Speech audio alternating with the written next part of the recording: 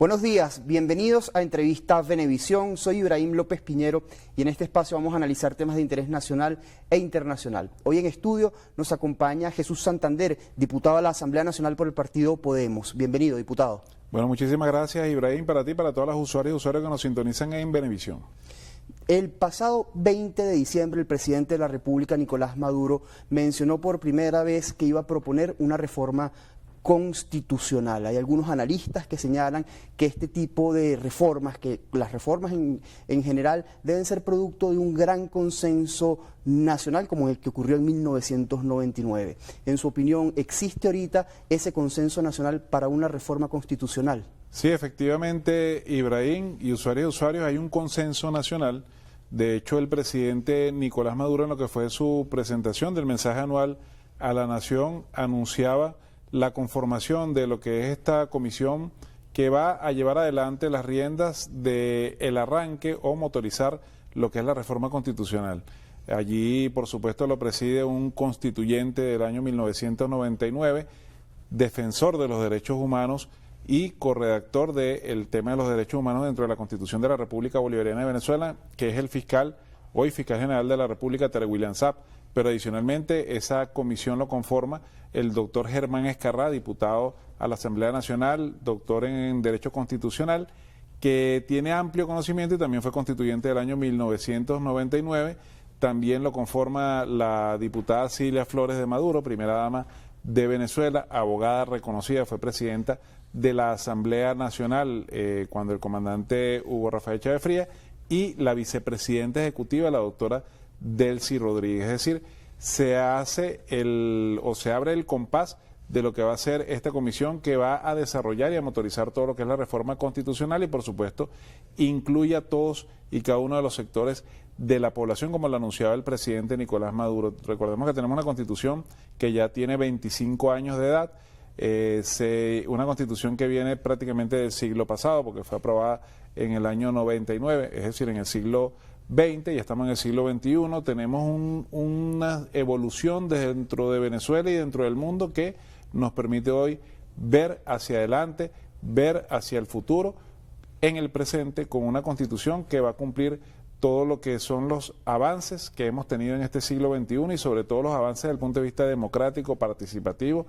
Hemos observado, por ejemplo, Ibrahim y usuarios, la consecuente y reiterativa participación en hechos punibles que se consideran traición a la patria, que no están considerados en la Constitución de la República Bolivariana de Venezuela, pero nosotros del partido Podemos tenemos como propuesta que se incluya el delito de traición a la patria para todas aquellas personas que hagan llamado a intervención militar extranjera, para todas aquellas personas que hagan llamados a medidas coercitivas y unilaterales, como la hemos observado y la hemos padecido el pueblo venezolano todo.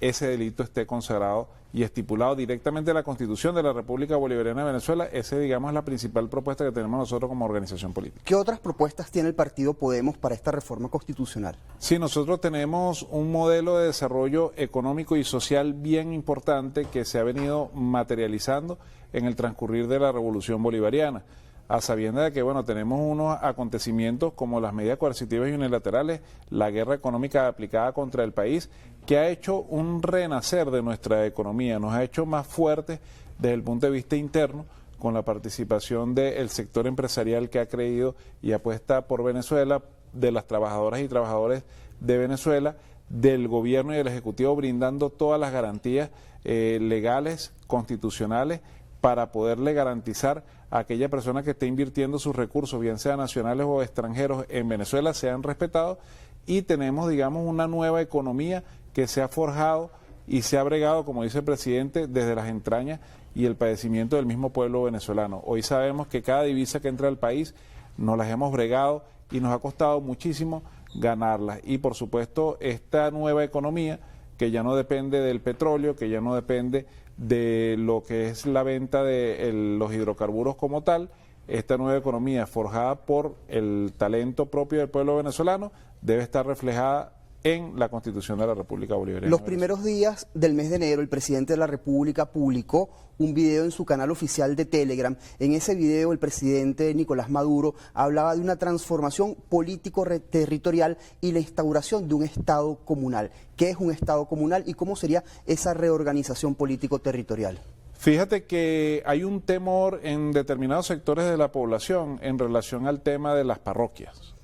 Pero recordemos que las parroquias es un concepto heredado, es un concepto que heredamos por la colonización y que no es un concepto propio de la idiosincrasia del pueblo venezolano y de nuestro americano o nuestro territorio americano. Nosotros, nuestros aborígenes, nuestros pueblos originarios, siempre han vivido en lo que hoy se conoce como comuna, no tenía ese nombre en su momento, pero siempre la división, digamos, territorial del espacio geográfico que incluya a la población desde épocas de los pueblos originarios se trata de lo que hoy conocemos como comunas y consejos comunales.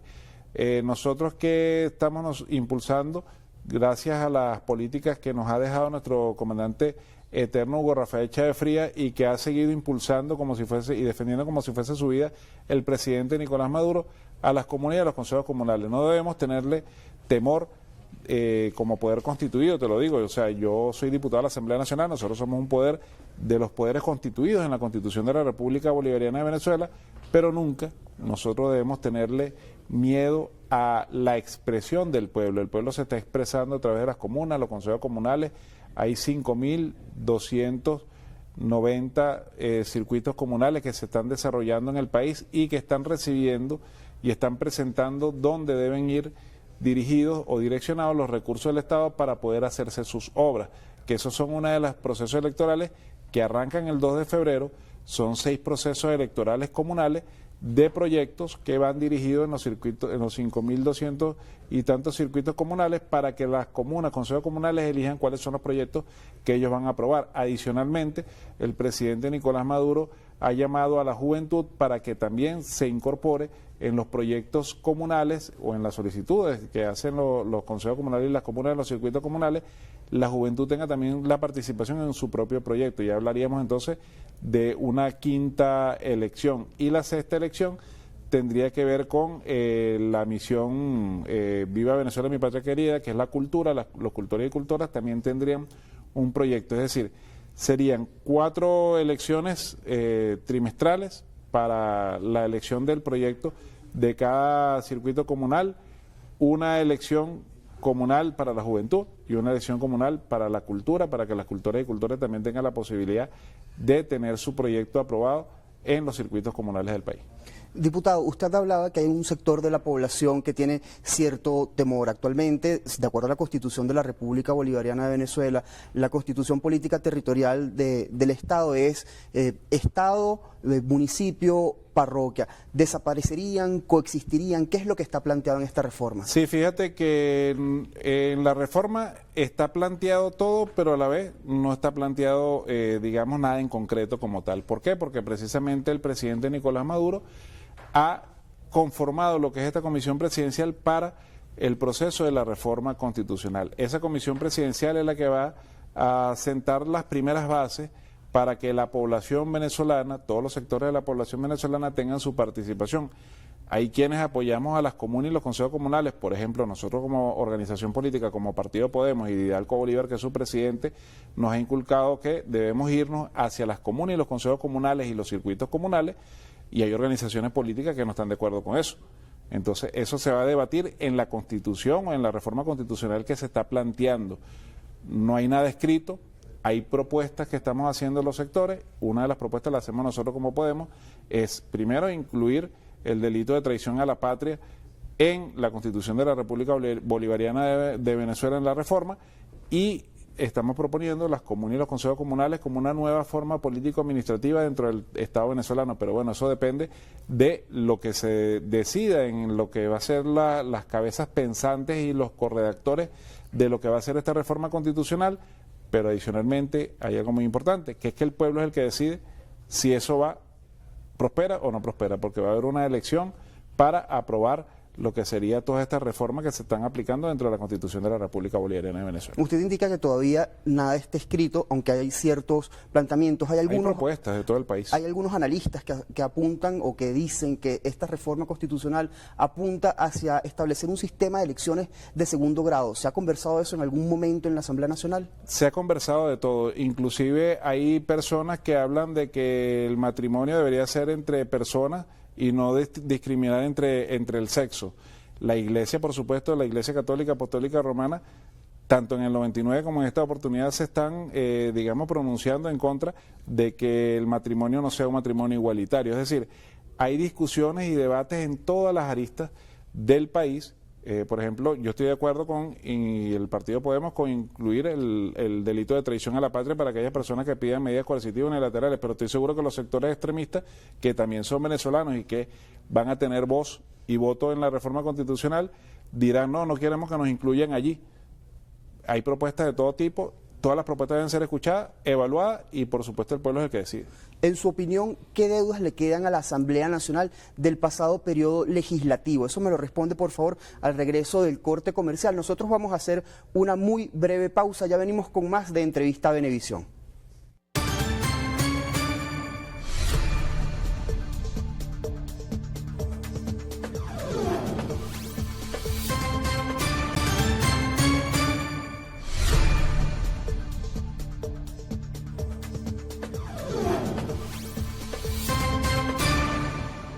Como indicamos antes del corte comercial, en esta segunda parte de Entrevista Venevisión, continuamos conversando con Jesús Santander, diputado de la Asamblea Nacional por el partido Podemos. Antes de irnos a la pausa, diputado, se quedaba una pregunta en el aire. ¿Cuál es la deuda legislativa de la Asamblea Nacional o del pasado periodo legislativo de la Asamblea Nacional? Sí, fíjate que es muy interesante la pregunta porque debemos irnos a un contexto muy claro que es de donde venimos. Y nosotros venimos de una Asamblea Nacional periodo 2015-2020, donde esa Asamblea Nacional le hizo solamente 2 instrumentos legislativos. Nosotros acá en la Asamblea Nacional hemos hecho trabajo bastante, hace falta mucho trabajo por hacer, pero no ha culminado tampoco nuestro periodo legislativo. Recordemos que nuestro periodo legislativo comenzó el 5 de enero del año 2025, el último periodo legislativo, y culmina el 5 de enero del año 2026 para darle la bienvenida a una conformación de una nueva Asamblea Nacional que va a ser electa por el pueblo venezolano. Entre las cosas que digamos, o las legislaciones que están pendientes por hacer, hay muchísimas legislaciones porque tenemos una deuda que arrastramos del año 2015 al 2021 donde se hicieron solamente dos instrumentos legislativos. Pero te puedo hablar, por ejemplo, temas como el tema de ser más contundentes y más duros con este tipo de delitos que han atentado contra la patria, contra la soberanía, contra la integridad territorial. Eso es una deuda que hemos venido subsanando, pero hace falta ser más contundente, es mi opinión. O sea, debemos ser más contundentes en cuanto a aquellas personas, aquellas instituciones, en cuanto a las organizaciones no gubernamentales, mal llamadas organizaciones no gubernamentales, que lo que hacen es lavar dinero, que no se sabe de dónde provienen esos recursos, para atentar contra la paz y la tranquilidad del pueblo venezolano. Y además, nosotros, los diputados y diputadas de la Asamblea Nacional, no nos quedamos en la oficina, salimos a la calle para muestra un botón. Aquí yo acabo de presentar en esta semana que estuvimos en la Asamblea Nacional el informe de gestión, que quise traerlo para acá, porque es un informe de gestión que refleja que no solamente los diputados y diputadas estamos legislando en el hemiciclo de la Asamblea Nacional, estamos haciendo parlamentarismo social de calle, pero a la vez estamos brindándole respuestas y soluciones palpables a la población venezolana. Por ejemplo, en el caso que me corresponde a mí en el Estado de Carabobo, atendimos y dimos soluciones a casi 30.000 personas, 29.963 personas que son familias, a los cuales le dimos soluciones con un programa que se llama Solucionando Ando, Caminando Ando Social, ayudas técnicas de salud, en articulación ¿con quién? Con el presidente Nicolás Maduro, con el gobernador del estado Rafael Lacaba y con el empresariado que cree y apuesta y que sabe que cuando nos entrega un recurso a la oficina parlamentaria de este diputado de Jesús Santander, ese recurso en silla de ruedas, en medicamentos, es inmediatamente entregado a la población. Es decir, nosotros estamos desplegados en las calles también, dando respuestas y soluciones, porque no solamente estamos puestos nosotros o fuimos elegidos para legislar, sino también para darle respuesta a esa población. La semana pasada tuvimos la oportunidad de celebrar el Día del Maestro y la Maestra y, por ejemplo, le entregamos un obsequio, un reconocimiento por parte de la oficina parlamentaria a maestros y maestras de 3 instituciones educativas, que es la capacidad que tuvimos nosotros en el municipio de Valencia y en el municipio Diego Ibarra, entregarle también su reconocimiento a maestros y maestras, porque para que no pase por debajo de la mesa este día tan importante y con el compromiso de seguir apoyando a la población. Uno de los énfasis que hemos hecho nosotros desde la oficina parlamentaria es la atención al adulto y adulto mayor, porque nosotros observamos como prioridad a nuestras abuelas y abuelos, porque un niño, si tiene una mala madre, un mal padre, tiene una tía, tiene una abuela, tiene una vecina, siempre tiene, digamos, una protección cercana en la mayoría de los casos. Un adulto mayor, ya hemos observado cómo la indolencia de los hijos y nietos, de algunos hijos y nietos que abandonan a sus abuelos, que abandonan a sus padres, que les quitan las propiedades. Observamos también que la Fiscalía, el Ministerio Público tiene una oficina de atención al adulto y adulto mayor para brindarle atención a estos casos que son más vulnerables, y para nosotros, dentro del programa que manejamos Caminando Ando, los adultas y adultos mayores son prioridad. Los hemos llevado para la playa, los hemos llevado para las aguas termales de Trinchera, hemos atendido con atención de peluquería, barbería a nuestras abuelitas y abuelitos, porque para nosotros las abuelitas y abuelitos son prioridad, al igual que las niñas, niños y adolescentes. Diputado, volviendo a la Asamblea Nacional, bueno, no hemos salido porque está hablando de su informe de gestión. Este pasado martes el Parlamento aprobó un proyecto de acuerdo para declarar enemigo de la República al expresidente de Colombia, Álvaro Uribe Vélez. Esto en un contexto político complejo para sí, Colombia. Fíjate que nosotros lo declaramos persona o enemigo de Venezuela porque nos corresponde, porque somos la Asamblea Nacional de Venezuela. Pero el resto de las cámaras, de los congresos, de las asambleas en el mundo deben declarar a Álvaro Uribe, a Iván Duque y a toda esta cuerda de sinvergüenza y sangaletones enemigo público de cada uno de los países del mundo, porque son personas que han auspiciado el delito y el crimen dentro de Colombia. Recordemos que Álvaro Uribe viene de ser promotor y gestor del paramilitarismo que tantas vidas ha acabado en nuestra hermana República de Colombia, hermana porque somos el mismo pueblo, liberados por el libertador Simón Bolívar, y no solamente se quedan con eso, sino que también buscan amenazar y amedrentar a su hermano pueblo, que sería Venezuela, inmiscuyéndose en nuestros asuntos internos y sobre todo llamando a una intervención militar extranjera. Todos los pueblos del mundo, yo no digo que nos quedamos cortos porque somos la Asamblea Nacional de Venezuela y nosotros debemos hablar por nosotros mismos, pero todas las asambleas y todos los congresos del mundo deberían declarar enemigo de la humanidad a este señor Álvaro Uribe Vélez, que, repito, debe pagar ante la Corte Penal Internacional todos los delitos, los crímenes de lesa humanidad que ha cometido en Colombia y que ha pretendido con sus declaraciones que se perpetren en Venezuela y en otras partes del mundo. Recordemos que también se han inmiscuido en los asuntos de Ecuador en su momento, han buscado generar paramilitarismo.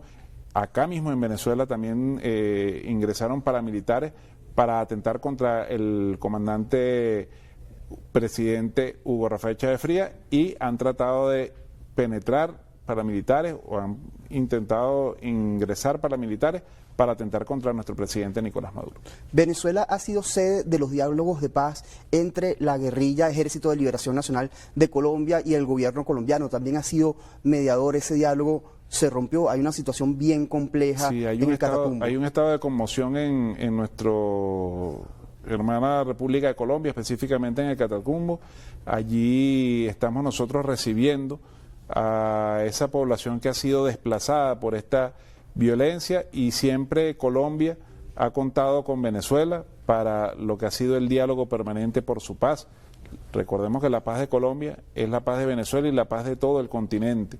La paz en Colombia representa la tranquilidad para Venezuela. Hoy estamos recibiendo a nuestras hermanas y hermanos desplazados del Catatumbo, de Colombia, y bienvenidas y bienvenidos todos, porque el gobierno del presidente Nicolás Maduro es el gobierno de la paz, no solamente para Venezuela, sino para Colombia y para todo el continente americano. Es un hombre reconocido a nivel internacional, Ibrahim y usuario, nuestro presidente Nicolás Maduro, como el hombre que ha sido el mayor promotor del diálogo en Venezuela y en el mundo. De Nicolás Maduro se puede decir que es un hombre que ha garantizado la paz, que garantizará la paz y que garantizará el diálogo en Venezuela, y donde se requiera siempre estará Nicolás Maduro allí dispuesto, junto con Jorge Rodríguez y todo el gran equipo de gobierno que tiene el presidente Nicolás Maduro y del Estado venezolano. Tenemos nada más y nada menos un fiscal que es defensor de los derechos humanos, que es Tarek William Saab, allí como fiscal defensor de los derechos humanos, y somos eso, somos un pueblo de paz, un gobierno de paz, un Estado que garantice la paz.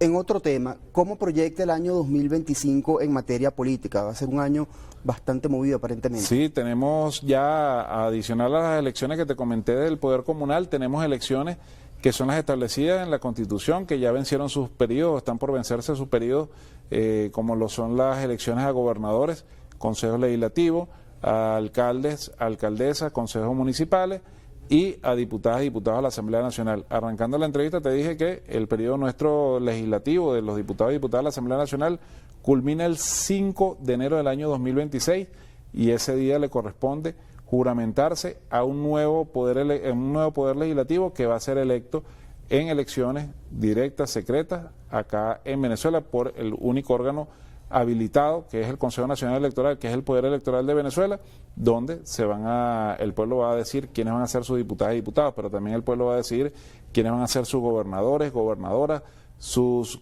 representantes o legisladores regionales en los consejos legislativos.